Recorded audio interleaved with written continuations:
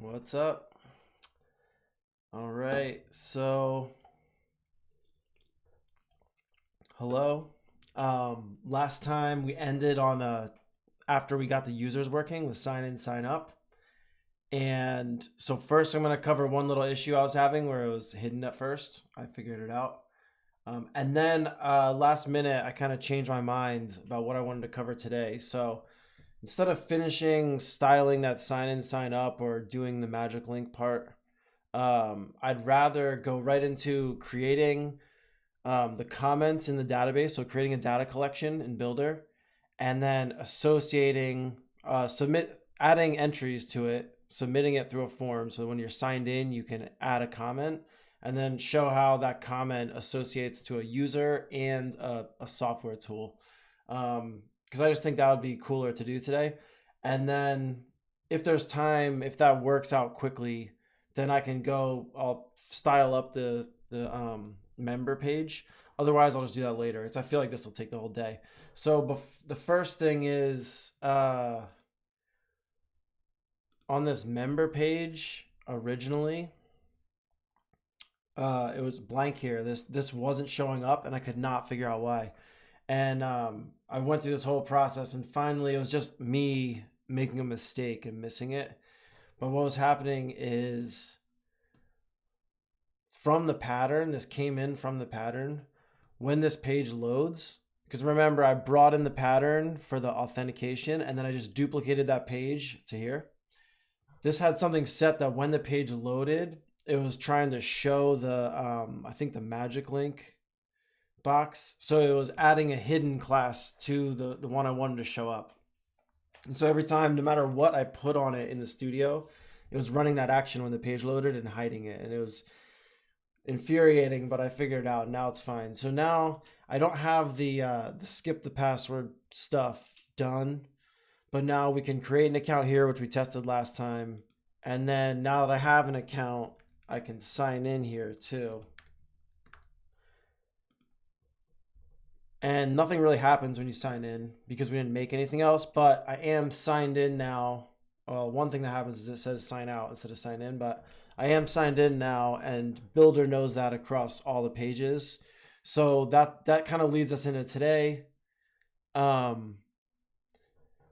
I want to do is on these individual pages, so they look kind of crazy right now. We didn't do any styling, but these are pulling. So it's reading the Airtable ID from the URL, and then it's pulling in the logo, the name, the description, the URL right now. And so what I need to add to this page is comments, which on no code list, I'm calling them endorsements, but in the code or in Builder, I'm generally calling them comments, or I'm going to call them comments, just because that's what they really are. Endorsements is more like a marketing term almost, and that could change, but really these are just comments, kind of a standard thing. So I might use them interchangeably, but really what we're doing is we're adding comments to the tool. So what I'll do today is we'll create a data collection for comments, because the tools are in Airtable, but I want the comments to live in Builder. So we'll create a data collection for comments, and then sorry, let me turn my notifications off.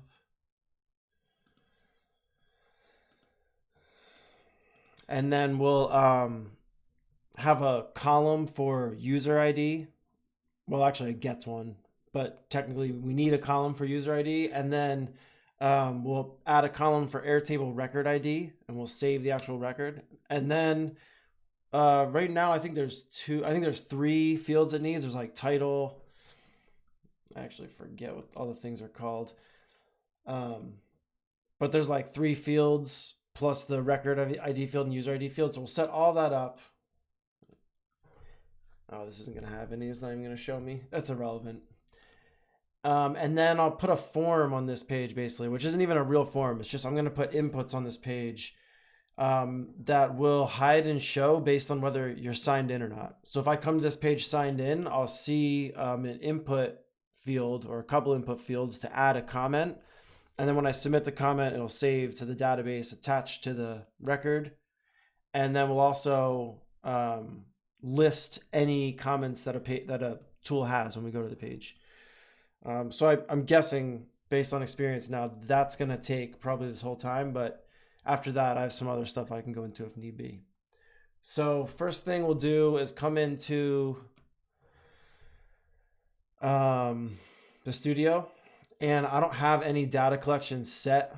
Like I didn't make any yet, but there is one by default for users, which is why last time when I imported that authentication pattern, it just all worked with the users. If it was another pattern, it would have imported their data structure anyway. But users are universal, so I don't have to set them up. But if I go into this data collections section here, I will set up the comments now. And so I'm just going to call them comments. And by default, so here, these are just some settings. I leave these in Builder, but depending on what the type of data, you know, especially if there's security concerns, you might want to change some of these and not allow people to read and write them, or not allow users to delete them permanently, that kind of thing. But I ignore that usually because it's set to good defaults. Come into fields. These are the defaults that every data collection in Builder gets: created by, when it was created. And so this created by is the user ID. When it was created, what the deleted is basically a status, whether it's active, archive, or deleted. So every record can have that and it can be used in different ways. ID, which is the actual ID of this comment.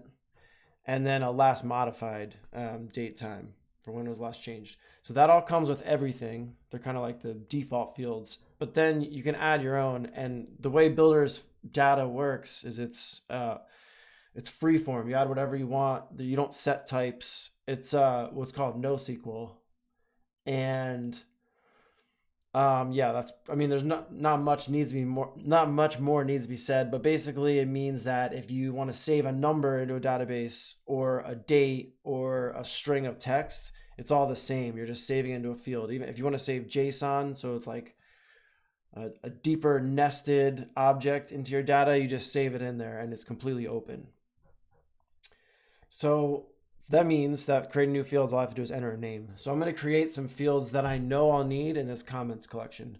So created by is the user ID. So I have the user ID. So I don't need that, but I do need the Airtable record ID. And when I used to code, or when I code, I don't know, I wouldn't actually put spaces in a field name like this, but in Builder you can. And in Builder it's much easier if you just do things human readable. So I'll just call this field Airtable record ID because that's exactly what it is. It's exactly what I'm going to store in that column. And then the fields for the comment, I do need to check what these are.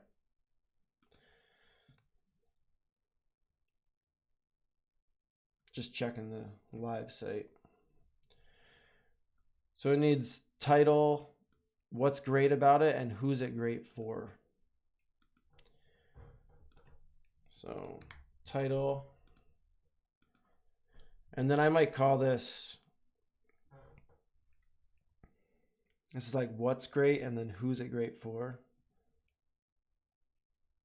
I might actually be more generic with these, and I don't know why, just going off the cuff, but I'm going to call this one description, which would be the what basically. And then I'm going to call the who, I'm going to call that like audience. I don't know. I just thought to do that just now. I might change that later.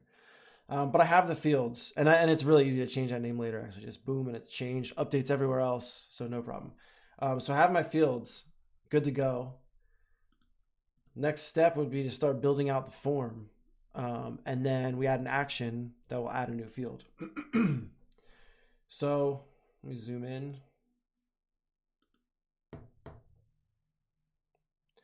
So I come to this forms page, or sorry, this single tool page, which again is this one. It's a little hodgepodge right now, but it's got the tool info in. And what I want that to be is on the left side, how it is now. And then I'm going to put in the form on the right side. So the first thing I'm going to do is this tool info is going full screen right now. First thing I'm going to do is just set that little bit up. So I've got this container, which is my style of doing section container for every vertical block. So I'm going to go right inside of there. I'm going to add a new container.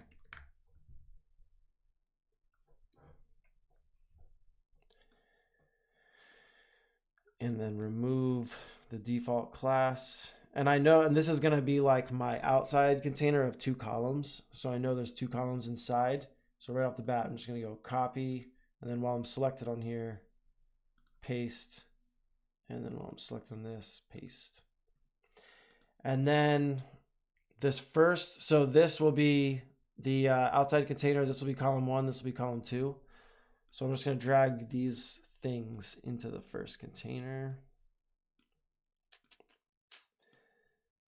And then I'll just add, for now, this isn't a responsive, foolproof way to do it, but I'll just add this display grid to make these things side by side. Add display grid and then template columns of doing like 1 fractional width, 2 fractional width is like saying 1/3 and 2/3 basically. So that should be good. And then in here, so you can see it did it. It has like the left 1/3 and then this 2/3. And I'll adjust all that. This is just to get it a little more normal looking. So in here is where we'll put like a form. We'll put like some input fields for adding a new comment. So I'll start just with a heading. And actually, you know what I'll start with is a container. I think that's still pasted. Let's see. Yeah. And that container there is just because I know that I'm going to, I don't know, like hide and show this based on if you're signed in or not, or I might, you know, there's like things I'm going to do. So I'm just going to kind of contain this form or this section in a container. And that's just for flexibility. It's not necessary, and it doesn't do much to the code. It adds a div around it, just a tag, but nothing much. And in this case, I probably will end up styling this or adding a class to it, so I'll need it anyway, but that's why I did that. No real reason, actually. And then, okay, so I got heading, and then we need an input for the title. Do a text input. And then we have the two like questions that I'm calling description and audience. They're not going to be a single line text, but they're going to be a larger text input. And in this case, I want them to be rich text because I want the people writing a comment to be able to bold and add headings or whatever they want to do. And what I can do, I can limit that later into what things they can actually edit. So maybe I won't allow them to put new headings. I don't know, something like that. But for now, we'll just use the default rich text editor element. And I'll need 2 of those. So I duplicate it. And then a submit button to send the actual comment. And then, so you can see that the styling is crazy. It looks a little wild, but so I'll fix that in a second. But the only other thing I'll need in here is little labels above the fields. So I can just add that with a text box. And then we'll go here and like this one. It's title. Oh, I know what this is. I think this is taking my grid classes. That's why it looks like that. I was trying to think while I was doing that. Why does that look so crazy? Title. And then I'll just duplicate and duplicate. Put this one here. Now I'll get this real terminology. Copy, copy. Okay. And this one is that.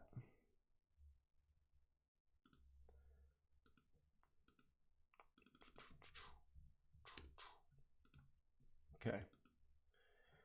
And then this container I put them in, when I copied it originally, the way it copies and pastes is it saves the ID of the element basically. So I copied that element, then I added the grid and stuff to it, and then later pasted it, and it went back to the original, found these styles and gave them to me, but I don't want them. So I'm just gonna delete these, and then it looks much more normal.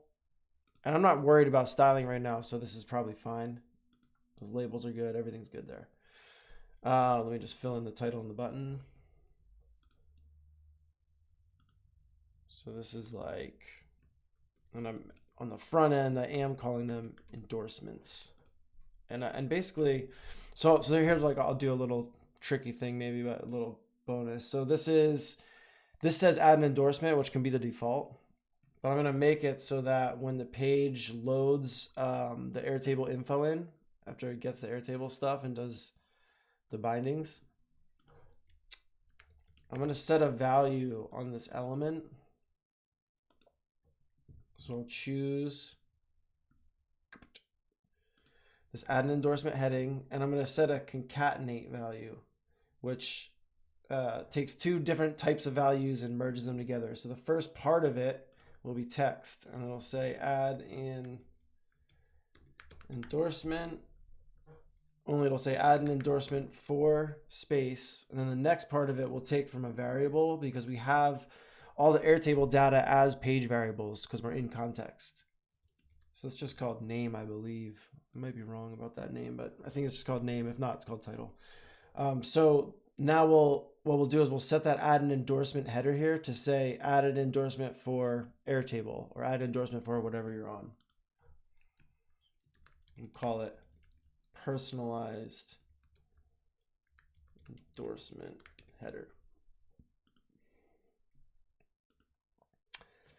And then we can make it so that when you're signed in, it hides this, and when you're or when you're signed in, it shows this. When you're not signed in, it hides this and has a message that says you should sign in. But we can do that after. Right now, we'll just assume, because we're just testing, we'll just assume we're signed in, which right now we are, and I'll submit the form and we can look at the data and that kind of thing.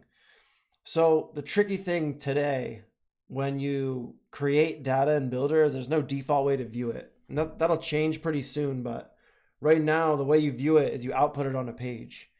So I can make this work, but I can't actually show that it works until I also output it. So I think what I'm going to do next is just make a quick output.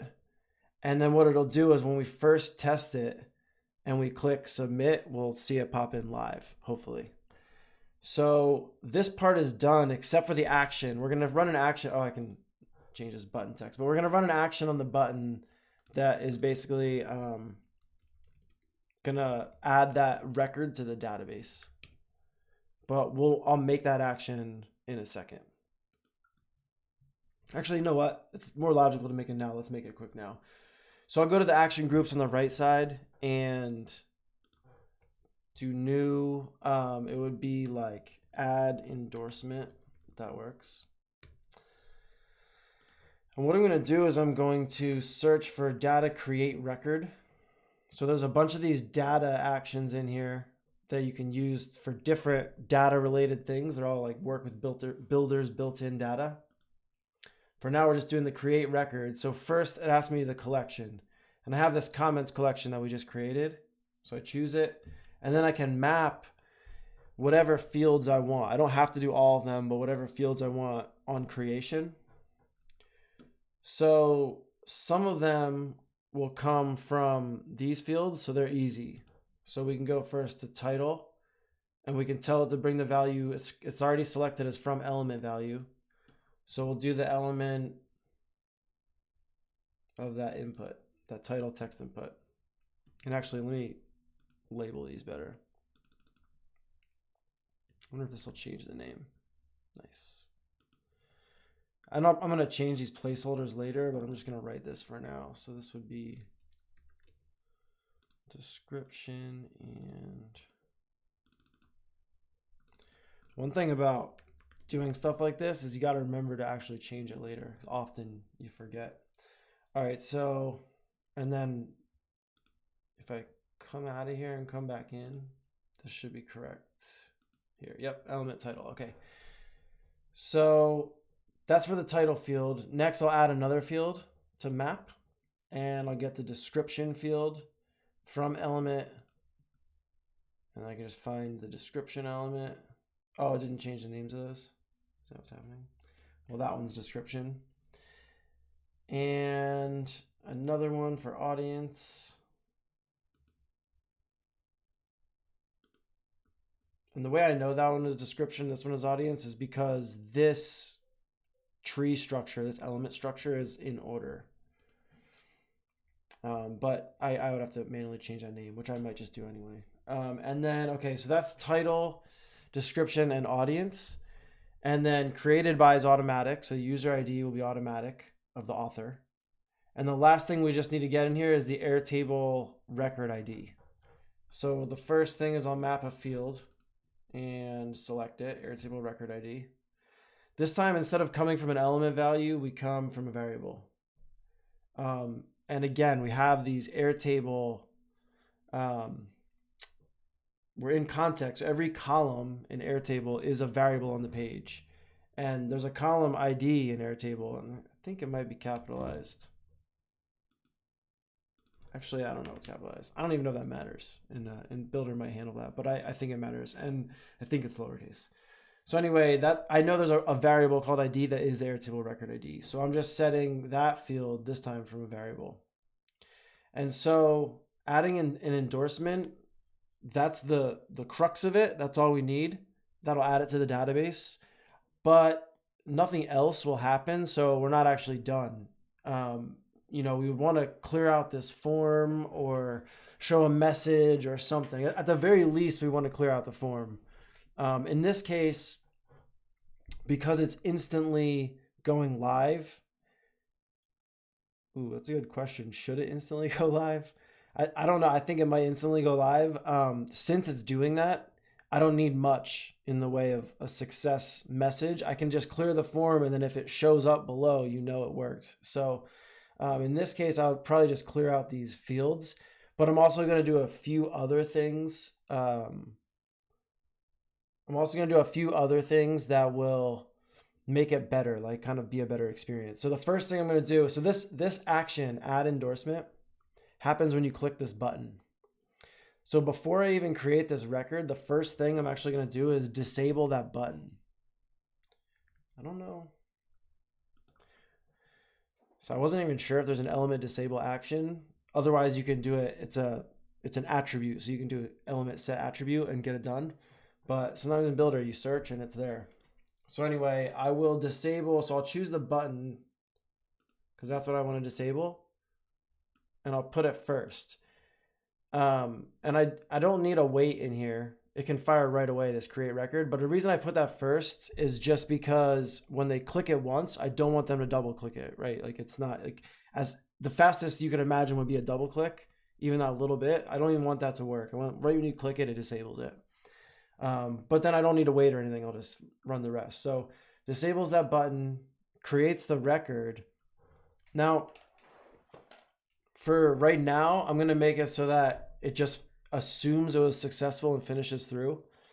But what I will convert it to, and what is good to do in practice, is a condition here that checks if there was an error or a success on the record creation.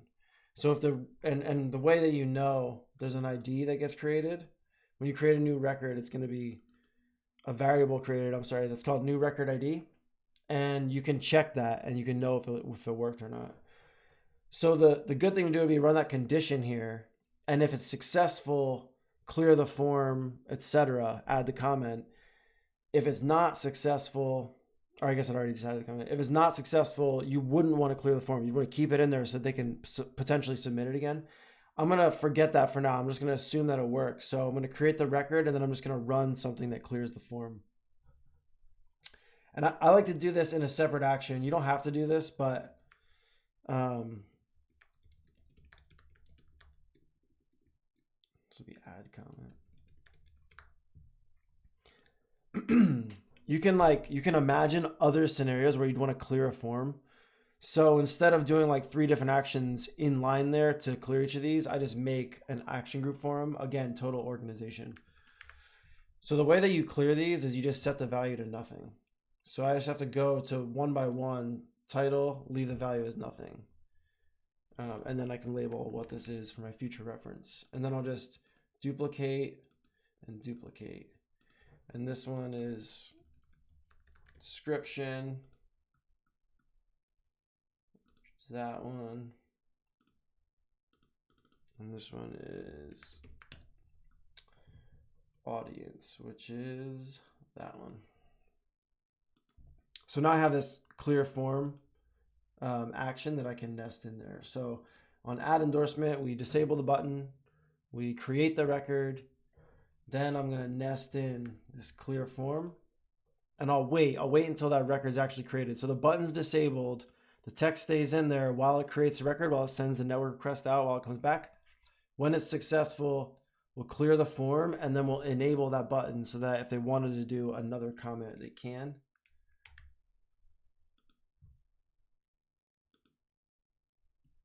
And so we'll just select the button. And so that should be good. That's kind of like a bare bones but user-friendly flow. So now when they click add endorsement, well, I didn't bind it yet, but I will in a second. When they click add endorsement, it disables the button, creates it, clears these, enables the button. That's like a minimum that you need for good usability. But as I was kind of alluding to with the condition and stuff, there's a lot more you can do in here to make it better, which I will do eventually, because this is like a heavily trafficked site. So I'm going to need all that stuff eventually. Okay. So that's good. The last step that we would just need to not forget basically is to bind the button. So we go to events, on click, and we do add endorsement. That's all good to go. I could test that now and it would work. But like I said, we won't be able to view the data. So let's set up something to view it really quickly and then test it. So on this page, you kind of have to imagine what this will look like when it's designed and done, but there'll be something at the top to actually add the endorsement. Right now it looks like this, but it'll be some kind of call out up there. And then below it, we'll list the endorsements.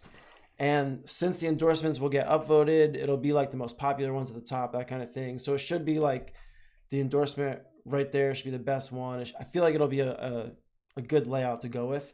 And I'm not going to worry about any of that now. I'm just going to have this up here, and then I'm just going to list them right below it. That'll be like our bare bones to get it working. So the way we do that, all right, so let me collapse this to show. So we've got our section container that I always do for each block. And then inside of this 2-column system, so here's a 2-column container, here's column 1, here's column 2. And actually I'll call these left column and right column. So inside of those is where we have content. This first piece of content here, this container, is the add comment form. So what I'll do is I'll add another container for the next section, like what it's going to be as a list. But for right now, I just want to contain it in something. But what this is basically the list of comments. And so in here is where I'll add, oh wait, let me remove. This comes with a class. So in here is where I'll add a list of rows. And the only reason I pause is you can do list of rows or list of cards. They're actually essentially the same element, just cards are like side by side and rows are full width stacked. In this case, I want full width stacked. There's gonna be a lot in each row actually. So this list of rows will display a page for however many, in this case, entries there are in the data collection, but I need to make that page. So I'll just create something over here. And this is like a single comment page, basically.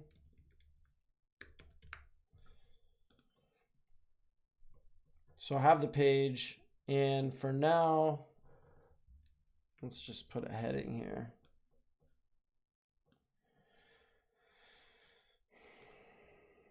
I'm just going to write comment title, because that's what it will be eventually. So if I come back, and now that that page is created, I set this as a list of rows page, row page, choose it. I already forget what it was called. Oh, single comment. So you can see it defaulted to show 3 of them in there. And we're going to use this to show anything in the data collection.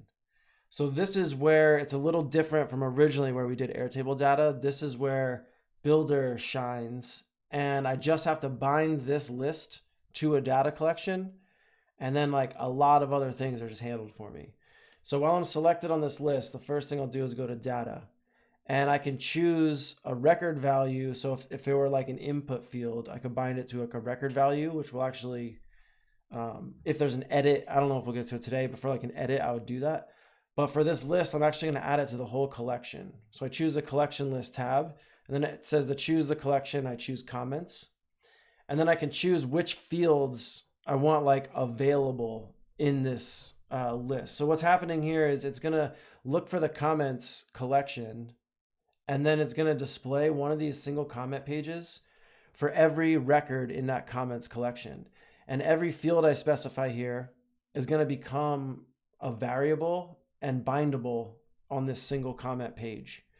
So in this case, and in like 99% of cases for me anyway, I just choose get all fields. So whatever's in that collections, in that comments collection, I just want to have all those fields available to me to use, to display, to do whatever with.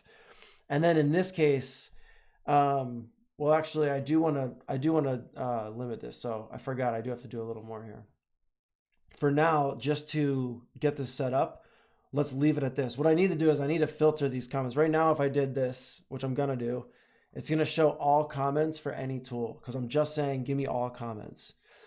But what I actually want to say is give me all comments for this page's current record ID, this Airtable record ID.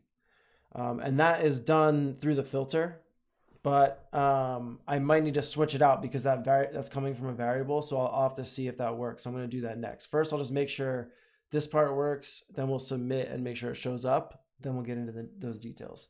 So for now, we're essentially binding this list to all comments, but that's bound. And so now if I comment, we're just about ready to test, but now if I tested, I would add that comment and nothing else, like I would see it added because it cleared the fields, but nothing else would happen. That list below wouldn't update. And then maybe if I clicked refresh, not maybe, definitely if I clicked refresh, then that list would be updated with the entry in it.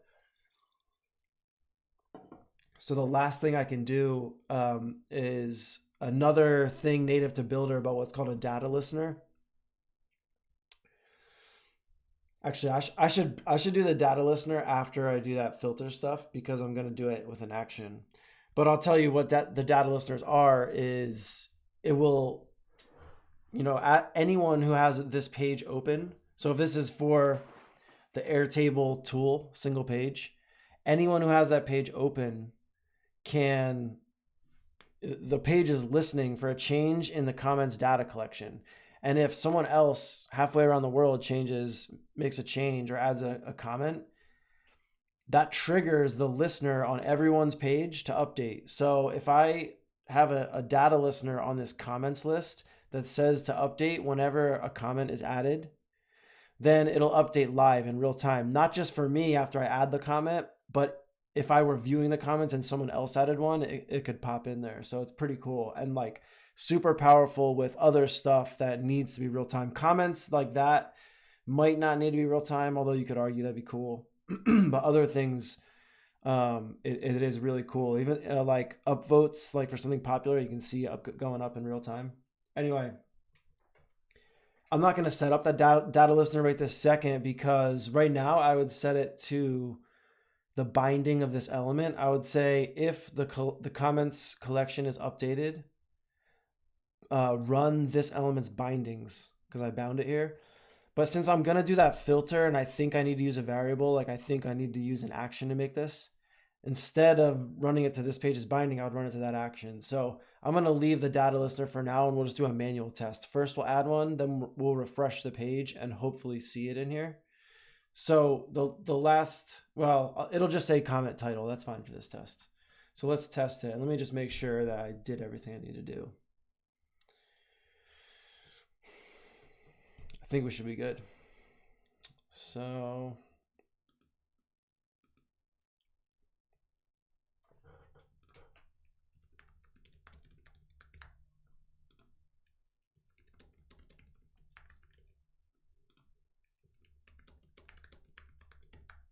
I'm just going to delete this later. So that's what that's for. Those are just to make sure that the description is saving to the description and the audience is saving to the audience, because we'll check that next. So everything's set there, and I can click add endorsement. And like I said, what we'll see is we'll see the button gray out and then the fields clear, but we won't see it update below. And normally, if I were doing this, I might check I might have the network open to make sure this call goes through, but I'm just gonna run it first and we'll try it. If it doesn't work, I'll add another one and check the network. So first thing is, and I think this will happen like too fast to see maybe, but in theory, this button will gray out, these will clear, it'll come back, and we'll know that it went through. So click. Seems to have worked. Oh, this one didn't clear. Interesting to note. And then if I refresh now, hopefully I'll see it in the list below. It'll just say comment title, but it should be one item in that list. Perfect. So basically what that tells me is that I just added a record to that new data collection we created. But as you can see, it just says comment title. So in theory, I don't know if anything worked. I might have added like blank values, etc. So the next step, I'll just build out that page that now says comment title. I'll build that out to show me my fields back for now. And then in a second, we'll style that to look like these, as if it's a listed comment there. So the first thing, I'm going to wrap a container around this just because I know I like, everything needs to be contained, but I know I'll need like a class around these. So I'm just going to put that container and remove its default for now. All right, so I got title, and then the comments. So this is like slightly tricky, but the comments are rich text. So if they were text, I would add a paragraph element and set the value to that value. But because they're rich text actually outputs other text. So it's a little different where you'd want to wrap it in a div, not a paragraph. It's minor, and if you wrapped in a paragraph, modern browsers handle it fine. But basically what I do is I take the paragraph element, I'll add it to the page, but then I change this tag name from P to div. And the reason is because I know that the original input is rich text. So I know I'm going to be populating this value technically with code. And if you didn't know that, you wouldn't see that on the back. So let's see. So what I can do on this page, I'll set these defaults later. I don't know if we'll even keep these exact ones or not. So on this page, I have variables for each of the data columns, but they're all bindable also. So in the same way that we bound this list to the whole collection, now we bind these fields, these like outputs to their appropriate field. So comment title, we come into the data tab here and we stay on record value. We choose from field, from comments, and the field title. And then the same for these other two. So field, comments, and then this one's description. And then field, comments, audience. And then I'll just do one more debug basically. I'm going to put this text box in here, and I'm even going to call it debug, which tells me later that it's safe to delete. But what I want to do is I want to bind this to the Airtable record ID to see if we're getting it correctly. The other way we'd know is by filtering that list, but since we're doing it this way and I can easily set that up, might as well. So now I don't have to add again because that one is in the database, but let's see if any of this stuff populates. So we've got Airtable comment. This is a description, but it looks like no record ID, no audience. And remember that audience box didn't clear. So something might be up with that. Ooh, now that I'm thinking about it, something might be up with having these two WYSIWYG text boxes because there was a bug with that. So I think what I'll do, instead of debugging that for right now, I'll update my rich text editor first because I created this project a while ago. What happens is when you create a project, all of your actions, elements, everything, they're in your project. So like this didn't get the I mean, you can get updates on the core things, but I didn't update this project at all. So I bet you that, because there was a bug with these where if there were two next to each other on the same page, they weren't working correctly. So I'll fix that before and then not waste time debugging. That'll probably fix both the save and that clearing of it, because that's kind of like how the problem was related to that. The one thing here though is I don't see that Airtable record ID, so I can check. Let's see. I can check this page here and see there should be a container, because originally the container said text box. Now there's nothing. That tells me that it replaced it with a blank value, but I'm basically just double checking that. So yeah, this is the div that says this is a description, and you can see what I mean. There's a p tag in here. That's code because it's rich text. This is the next div. This is the text box, and it's just blank. So let me double check a few things. Oh, you know what? One thing was I wasn't sure about the capitalization of that ID.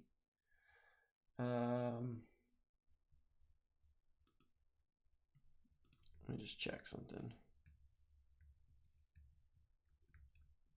I forget how you do this.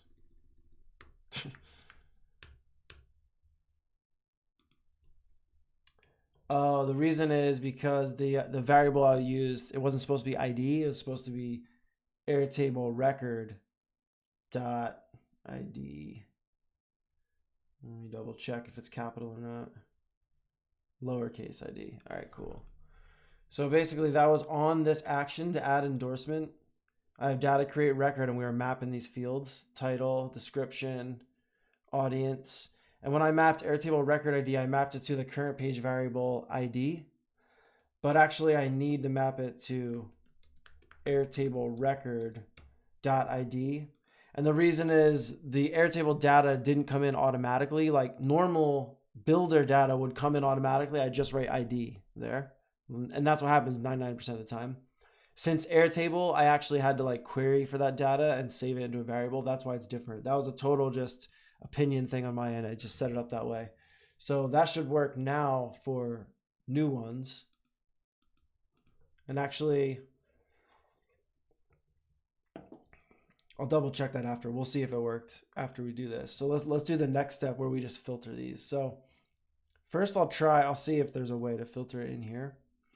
So I'm going for a comments collection, but I want to do, oh, I can do this in here. So nice, perfect. So actually this will all work less complicated than I originally thought, and I'll just go through. So let me take a step back. So I'm binding this list to show all the comments for this tool. So bind it to the collection list. The collection is comments. I'm getting all the fields, and I want to filter it where the field Airtable record ID is the variable from the current page, which we just went over, is that Airtable record.id.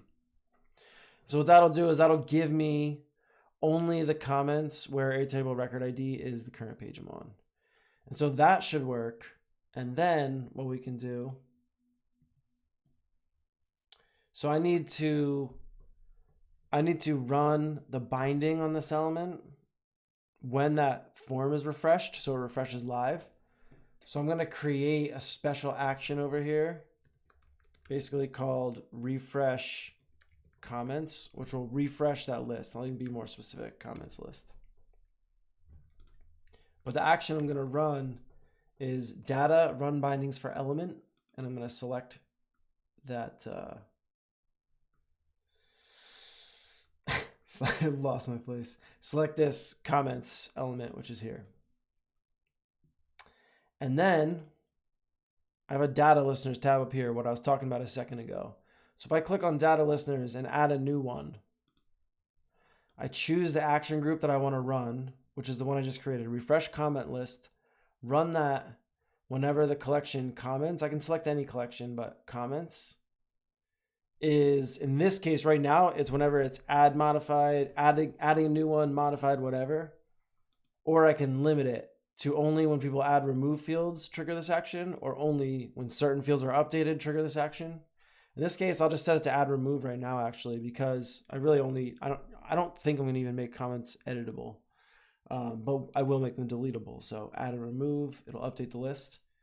So that should be good. That data listener now, which we can see on this refresh comments list, it has a data listener.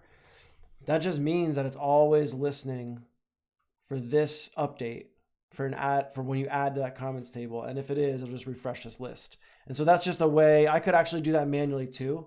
So that's a good thing to note. I could have said on this add endorsement, remember we disable button, create the record, clear form, enable button. Right here, I could have just said run binding on element, or I can even do it where I nest that refresh comments list. I could refresh it, nest it right into here. And that would work. That would refresh it live directly below. So I should have mentioned that's a much easier way. The way I did it is universal. Because if you run that action on your page, your comment's not going to show up for other people looking at the page. If you use a data listener, your comment when you submit will show up on anyone who's viewing that page. So that's the difference. So I'm going to do something that I probably don't need to do, but sometimes instinctively just give it a shot, where I'm going to clear all my local data before I try that, because it used to sometimes data listeners wouldn't work until you did that. I don't even think that's a thing anymore, but I still do it. In real versions of Builder projects, that never happens on a publish, so it's not even an issue. It's just a weird thing that sometimes happens, or sometimes used to happen. So, right. This didn't have the Airtable record ID. So the first thing that's happening is we see this comment's gone. That's because this Airtable record ID didn't work. So right now it's looking for any comments with this Airtable record ID, which there are none. So let's add our first one. This will be a real Airtable comment. And again, I'm just going to delete these later so I can have whatever I want. And I don't think that audience is going to work, so I'm not even going to fill it out. And then I'll hit add endorsement, and with any luck, we'll see it here. We'll see. Nice. So not only do we see the title and the description, but we also see the record ID. So all that stuff is working. So that's the bare bones structure right there. That's like 90% of what we need. Now people can add and it'll show up for everyone. And now on different software pages, there won't be comments unless we put it about that software. So this is like Action Desk comment. That's on Action Desk. And then Airtable comment only should be on Airtable. Nice. So it needs a lot of styling. We need to hide and show it whether you're signed in or not, etc. There's more to go. But that's comments, and that was very easy. If I weren't explaining that, that's like a 5-minute setup. So it's kind of cool because what I did there was I'm getting the data from Airtable, and then I'm commenting on it and relating to it in Builder with a Builder user and a record association to Airtable. So what that allows me to do is start to separate the no-code list into the data of the list, the actual list, keep that in Airtable, but make the website and like the application and the membership and the experience itself, start to separate that out in the Builder, where I can have a lot more control to do cool SaaS-like things and expand the offering, which is pretty much the plan, try to get these more interactive and more valuable. So yeah, just wanted to mention that. So let me see, timing wise, I got 10 minutes left. I mean, the choice is really start styling this or style the sign in. Or you know what I can do? I'll hide and show this real quick, whether you're signed in or not, which is a cool thing, and then we'll call it a day. So it's pretty easy to do this, and there's there's probably a million ways to go about it, but one of the ways we use on the heading, where we said for the membership dropdown, if you're signed out, the option says sign in, sign up. If you're signed in, it says sign out. And we just use that condition. There's a built-in action for user signed in condition.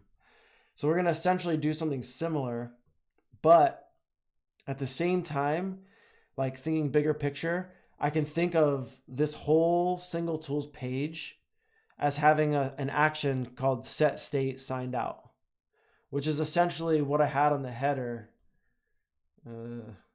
over here. I created actions for set state signed out and set state signed in. And what they do is they basically, I can put anything in there and anything in there in the future that relates to when that state switches. So I'm going to do that again on this page. And right now, it's just going to hide and show this endorsement probably. But it definitely could do other things in the future, and it makes sense just to have it this way. So for this page, and actually, if I'm on this page, oh, it was showing me the other actions.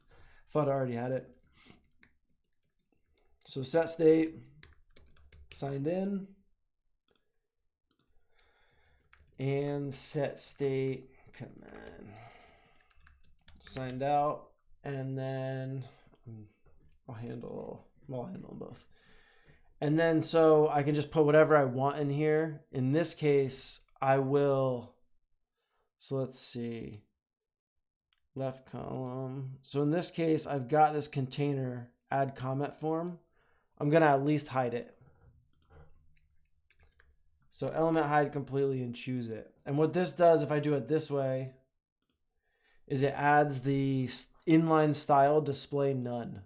So it would add, it's the same as if I went here and went to display none. That's what element hide completely does. And for now, that's what I want. If you're not signed in, I just want to hide it. But actually, I'll do something different in the future, potentially, where maybe I don't load it in there. Because if you're not signed in, you shouldn't even be able to, basically right now, if it's hidden like this, I would be able to inspect element on it, show it, and then submit a comment. The comment would come up as like a blank user because I wouldn't be signed in. It wouldn't matter necessarily. So I do something better, but for now, just to show this general concept of switching the state, I'm just gonna hide it. And then for signed in state, I'm just gonna show it.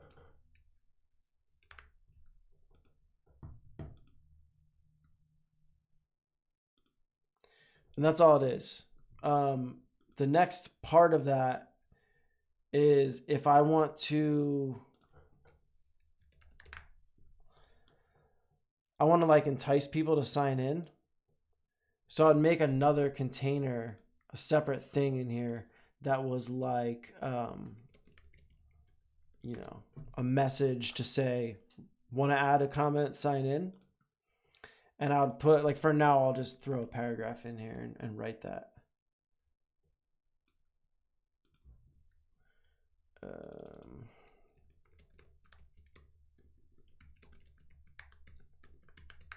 Just like that. And then what I'll do is this one, I'll start it in the same way it would have been hidden. I'll start it with a display none. Display hidden none is what it's called. So it's not visible. And then on these actions, set state signed out, I'm going to hide the comment form and I'm going to show the sign in message. I should change that name. It's not really what it is. And then signed out, whoops, signed in, I'm going to hide, or I'm going to show the add comment form and I'm going to hide that sign in message. So like I said, there's some other implications. You might not want to go full on to production with a scaled up app like this, but this is a great way to just make this happen and move on. And so I have a couple choices. So now those are set up because that's really all I want to do right now is I want to hide and show those based on whether you're signed in or not. But the next step is I need to trigger that sign in state. And so I can do it a couple ways. I can make it so that when you come to this page, it checks for your signed in status and triggers, which maybe I'll do anyway. But I can also make it so that when the header checks for it, because the header is checking for signed in state. I think right now it might just be right here, just be on page binding. But the header is checking. So when this page loads and then the header loads in, it should check for the signed in state. I can actually use this action on the header to kind of like serve that action to all the other pages. And that's what I'm probably going to do, I think. I'm literally making a decision as I talk, but I think that makes sense. So this one checks if you're signed in or signed out. If you are signed in, it runs on the header, set state signed in. which does a few things for the header. So I'll actually add an action that is run action on page. And I'm going to choose the page for the single tool. And then I'm going to run the action. This is signed in. So I'm going to run the action set state signed in. So basically it's when this header runs set state signed in, I'm going to run the action on the single tool page.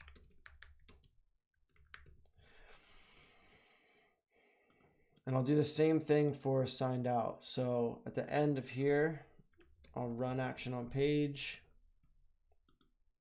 single tool, and this one I'm going to set state signed out.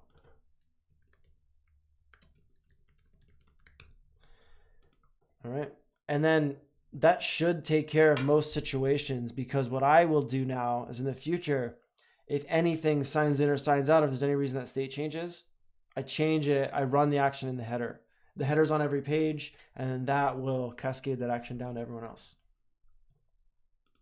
So that should be good there. And then the last thing I'll do before I test it and then call it a day is I'm going to actually switch these defaults. So right now this is defaulted to open, but it might take a second to check their status. So I'm going to actually default this to a signed out state, and if they're signed in, show the form. So I don't have to change the actions. The actions are universal. They're going both ways. But what I can do is change the default here. So I'll put on the add form, I'll add a display none. And then on the, sign in, I'll just clear this property. That'll get added and removed. So right now it just says sign in to add endorsement, but we'll dress it up later. And I do want to just real quickly make this a better label.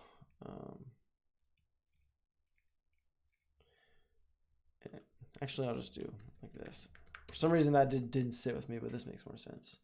All right, so I am signed in right now. So that's good. I saw the message and then I saw this pop in. And if I sign out, this in theory will run it and then change this page too. Good to go. And so now in the future, and I won't do this today, I'm going to call it for today, but in the future, sign in to add an endorsement would be a more attractive block with a big button to sign in or to create an account or whatever, maybe like sell up the benefits. But for right now, I just wanted to check that that sign in, sign out state worked. And now it's like set up for everything. Like this page is good. And actually the home page doesn't have too much of a state change, I don't think, but I would also on the header make it trigger that same kind of thing on the home page and then any other pages I need. But for now, I'm only running it on the single tool, so that should be good.